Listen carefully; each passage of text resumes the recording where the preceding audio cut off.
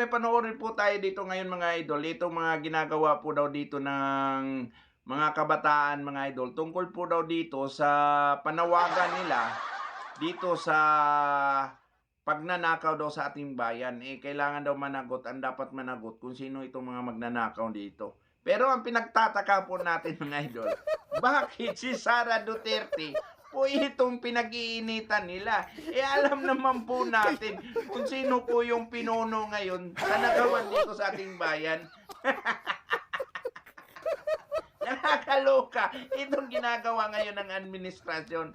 Lahat na lang ata gagawin nila para lang talaga masira nila ito si Sara Duterte. Ayan mga idol panoorin natin to, itong mga ginagawa nitong mga buang-buang na nandito ngayon sa ating administrasyon. Kahit ano na lang para lang talaga masira nila si Sara Duterte. Ayan, panoorin po natin yan. Ito yung sitwasyon ngayon dito sa harapan ng SSM.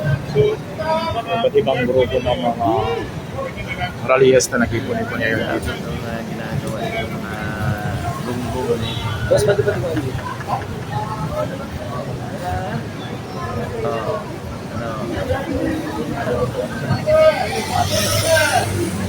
Hindi ko alam kung mga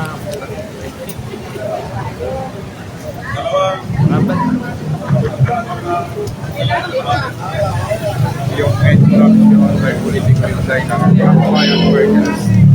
Nandito sila ngayon.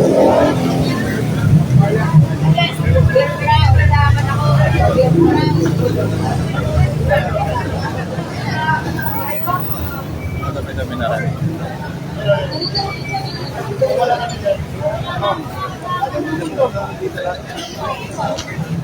Hindi ko sa loob, baka po na ako.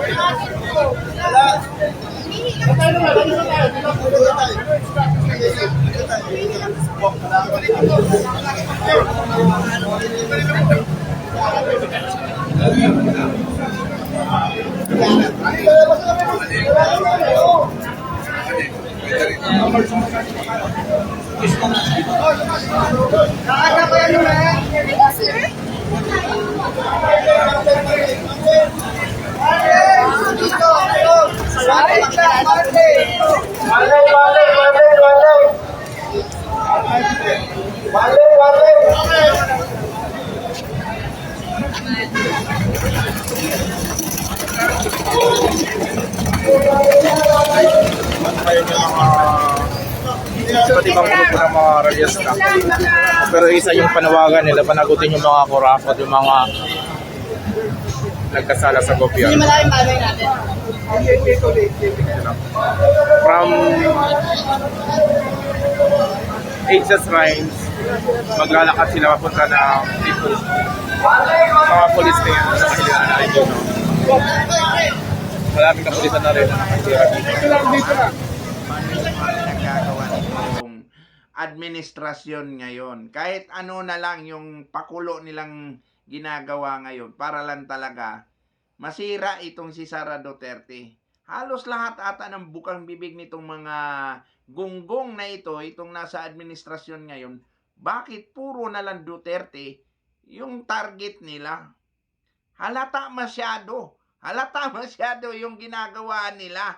Halata masyado na talagang takot na takot sila pagdating ng eleksyon. Kaya talagang nagtatanim na sila ngayon para lang talaga masira itong si Sara Duterte. Kasi alam talaga nila na napakabigat at napakadelikado pag si Sara Duterte yung makaupo dahil sa mga pinaggagawa nilang kagaguhan dito sa mga Duterte ngayon. Kaya ganito na lang talaga yung nila ganito na lang talaga ka harsh yung ginagawa nila para lang talaga masira nila itong mga Duterte. Pero ito lang masasabi ko ito lang masasabi ko.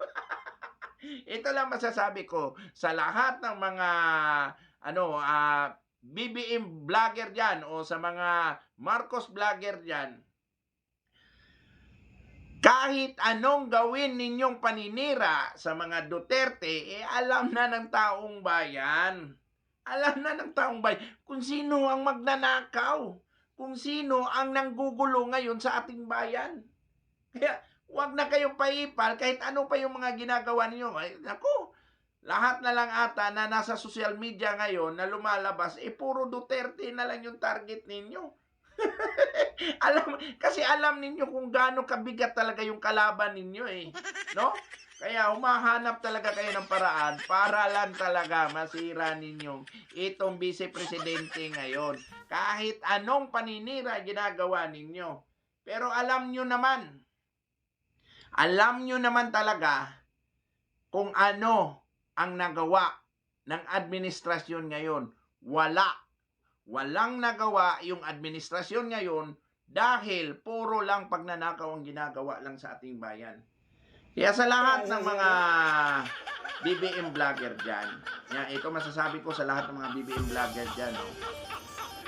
Kahit hindi nagsasalita yung taong bayan, kahit hindi sila nagre-react dyan, makikita nyo naman kung sino yung mga nandyan sa ilalim na nagre-react dyan, kung sino yung mga keyboard warrior dyan. Kaya, wag na kayong paipal na kunwari, marami kahit mag-survey pa tayo, kahit saan sulok dito sa Pilipinas, talagang sigaw halos ng taong bayan, Duterte. Kasi ramdam nila yung malasakit ng mga Duterte dito sa Pilipinas. Kung paano pinaglingkuran ni Tatay Digong itong ating bayan. Kaya, magantay na lang kayo sa pagdating ng eleksyon. Sige, gawin ninyo lahat. Kahit anong gawin ninyo para lang talaga masira ninyo yan si Sara Duterte. Pero hindi yan mangyayari. Yung mga pinagbibintang ninyo, lahat yan, walang katuturan. Kayo pa nga yung nakaupo ngayon sa administrasyon, wala nga kayong makita at masilip dito kay Sara Duterte. Kasi nga malinis si Sara Duterte, kaya wala kayong makikita. Kaya ito ang nangyayari ngayon Kahit ano na lang ibabato ninyong isyo para maipa-impis lang ninyo itong Sara Duterte. Nako, wala yan. Kaya maghintay na lang kayo pagdating ngayong eleksyon. Kaya mangyayari sa iyo, pupok-pokin na yung mga ulo ninyo. Kaya